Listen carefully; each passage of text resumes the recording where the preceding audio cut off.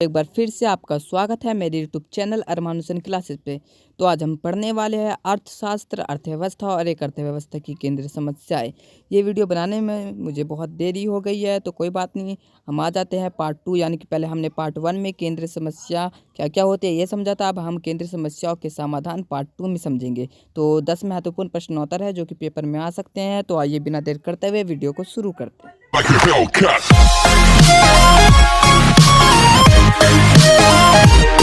पहला प्रश्न है, आर्थिक क्रिया क्या है? तो आर्थिक क्रिया वह क्रिया है जो दुर्लभ संसाधनों के प्रयोग से संबंधित है। उदाहरण उपभोग, निवेश, विनिमय और उत्पादन।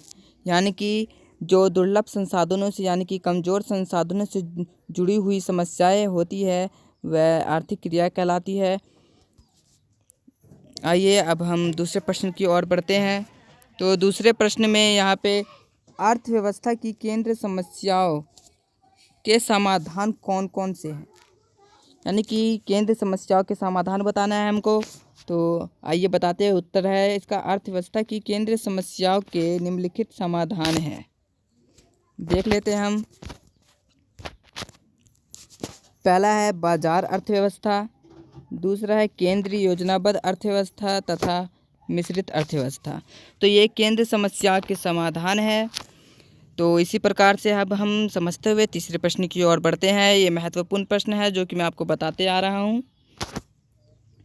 तो तीसरे प्रश्न में बाजार अर्थव्यवस्था से क्या अभिप्राय है?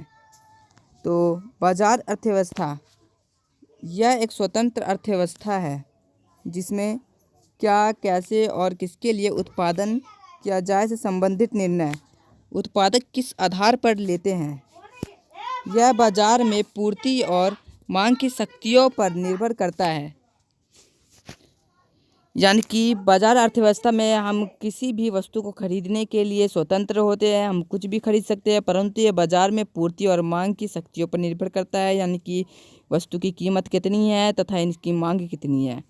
तो इस प्रकार से हमने बाजार अर्थव्यवस्था को समझ लिया है। अब हम आगे बढ़ते हैं यानी कि चौथे प्रश्न की ओर। तो चौथे प्रश्न में केंद्रीय योजनाबद्ध अर्थव्यवस्था से क्या अभिप्राय है? तो इसका उत्तर है, केंद्रीय योजनाबद्ध अर्थव्यवस्था में क्या, कैसे और किसके लिए उत्पादन किया जाए से संबंधित निर्णय सरकार द्वारा नियुक्त किसी केंद्रीय अधिकारी द्वारा लिया जाता है। यह निर्णय अधिकतम सामाजिक कल्याण के उद्देश्य को ध्यान में रखकर लिए जाते हैं। बाजार अर्थव्यवस्था के विपरीत केंद्रीय योजनाबद्ध अर्थव्यवस्था में इनका मुख्य यानी कि केंद्रीय योजनाबद्ध अर्थव्यवस्था का मुख्य उद्देश्य अधिकतम लाभ प्राप्त करना नहीं होता, बल्कि ऐसी वस्तुओं एवं सेवाओं का उपभोग किया जाता है जो समाज के लिए सबसे अधिक उपयोगी होते हैं। उत्पादन किया जाए यानी कि किन वस्तुओं का उत्पादन किया है, जैसे कि हम तकनीकों का उत्पादन मान लेते हैं, जैसे कि ऐसी तकनीकों का प्रयोग किया जाता है जो समाज के लिए सबसे अधिक उपयोगी होती है। उदाहरण के लिए ले लेते हैं, अत्यधिक बेरोजगारी की स्थिति में श्रम प्रधान तकनीक का प्रयोग किया जाता है, ना कि पूंजी प्रधान तकनीक का। इस प्रकार से हमने केंद्रीय योजनाबद्ध अर्थव्यवस्था को अच्छे से स्पष्ट रूप से पढ़ लिया है। अब हम पांचवें प्रश्न की ओर आते हैं। तो पांचवें प्रश्न में मिश्रित अर्थव्यवस्था से क्या अभिप्राय है? तो मिश्रित अर्थव्यवस्था क्या होती है? तो मिश्रित अर्थव्यवस्था में बाजार तथा केंद्रीय योजनाबद्ध अर्थव्यवस्था दोनों के गुण सम्मिलित होते हैं, यानी कि इनमें दोनों के गुण मिले हुए रहते हैं।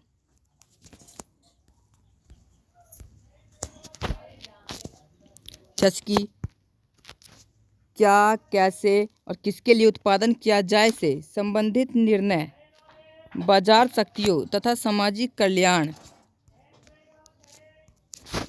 दोनों के आधार पर लिए जाते हैं। उत्पादन के कुछ क्षेत्रों में उत्पादक अधिकतम लाभ प्राप्ति, यहाँ लाख ये गलत आप सही कर लीजिएगा, लाभ है ये, अधिकतम लाभ प्राप्ति के उद्देश्य से निर्णय लेने के लिए स्वतंत्र होते हैं। उदाहरण देख लेते हैं हम। उदाहरण में हमें दे रखा है, भारत जैसे देशों में उत्पादकों को अपने लाभ को अधिकतम करने के लिए कपड़े या इस्पात का उत्पादन करने की स्वतंत्रता होती है, परंतु रेलवे पर सरकार का एक अधिकार होता है। रेलवे पर सरकार का एक अधिकार होता है। सरकार यातायात सेवाएं बिल्कुल ही कम कीमत पर उपलब्ध कराती है ताकि समाज के निर्धन वर्ग के लोग भी ये सेवाएं प्राप्त कर सकें। ये हो जाती है मिश्रित अर्थव्यवस्था। हमने मिश्रित अर्थव्यवस्था भी अच्छे समझ लिया। अब हम पहुंचते हैं छठे प्रश्न की ओर। तो छठे प्रश्न में उत्पादन संभावना वक्र, इसको हम पीपीसी बोलते हैं, इससे क्या अभिप्राय है? उत्पादन संभावना वक्र पीपीसी से क्या अभिप्राय है? तो इसका उत्तर है उत्पादन संभावना वक्र दो वस्तुओं के विभिन्न संयोगों को प्रकट करता है जिनका उत्पादन दिए हुए संसाधनों द्वारा किया जाता है। यह इन मान्यताओं पर आधारित है। पहला है, इनके दो मान्यताएं जो हर बार पेपर में आ सकते हैं, जिन्हें मैं आपको बता दे रहा हूँ। पहला है संसाधनों का पूर्ण एवं कुशल प्रयोग किया जाता है तथा दूसरा है उत्पादन की तकनीक स्थिर रहती है। तो अब प्रश्न 7वें पे पहुँचते हैं। महत्वपूर्ण प्रश्न है जो मैं आपको बताने जा रहा हूँ। ये सारे प्रश्न जो अब 7वें प्रश्न की ओर पहुँच चुके हैं, ये 1-1, 2-2, 3-3 नंबर के प्रश्न में कई बार पूछे जाते हैं। तो 7वां प्रश्न देख लेते हैं हम। 7वें प्रश्न में उत्पादन संभावना वक्र की दो मुख्य विशेषताओं का वर्णन कीजिए। उत्पादन संभावना वक्र में दो मुख्य विशेषताओं का वर्णन करना है हमको। तो इसका पहला देख लेते हैं हम। उत्पादन संभावना वक्र का ढाल या गलत है, ढलान लिखा होना चाहिए, ये गलत है, आप सही कर लीजिएगा। ढलान नीचे की ओर होता है, नीचे की ओर होता है। उत्पादन संभावना वक्र ऊपर से नीचे की ओर बाएं से दाएं होता है। इसका कारण यह है कि उपलब्ध संसाधनों के पूर्ण तथा कुशल प्रयोग की स्थिति में दो वस्तुओं के साथ उत्पादन को एक साथ नहीं बढ़ाया जा सकता। एक ही वस्तु, जैसे कि हमने मान लिया एक वस्तु हो गई एक्स, का उत्पादन तभी अधिक किया जा सकता है जब दूसरी वस्तु वाई का उत्पादन कम किया जाए। यानी कि एक वस्तु का उत्पादन अधिक करने के लिए दूसरी वस्तु का उत्पादन कम करना पड़ता है। तो इससे हमारा अभिप्राय उत्पादन संभावना वक्र के नीचे की ओर ढलान से है। तो अब इसका हम दूसरा देख लेते हैं। तो इसका दूसरा है उत्पादन संभावना वक्र मूल बिंदु के नतोदर या उन्मुक्त होती है। यानी कि यहाँ दो प्रश्नों के उत्तर अवश्य देने चाहिए।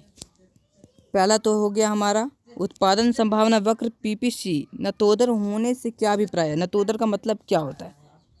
अब ये दूसरा प्रश्न है उत्पादन संभावना वक्र मूल बिंदु के नतोदर क्यों होता है? अब ये दो प्रश्न के उत्तर देने चाहिए। इसको मैं अगली आने वाली अन्य वीडियो में बता दूंगा।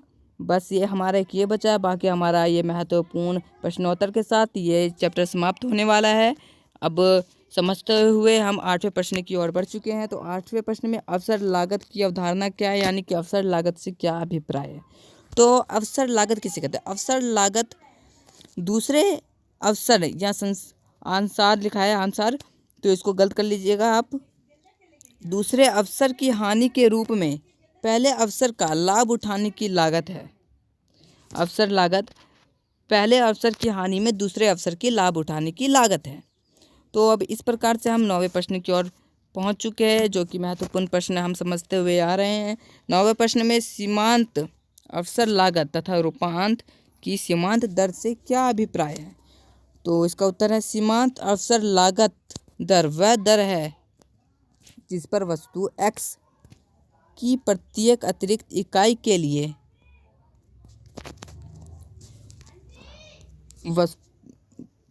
वस्तु y के उत्पादन की हानि होगी। वस्तु y के उत्पादन की हानि होगी।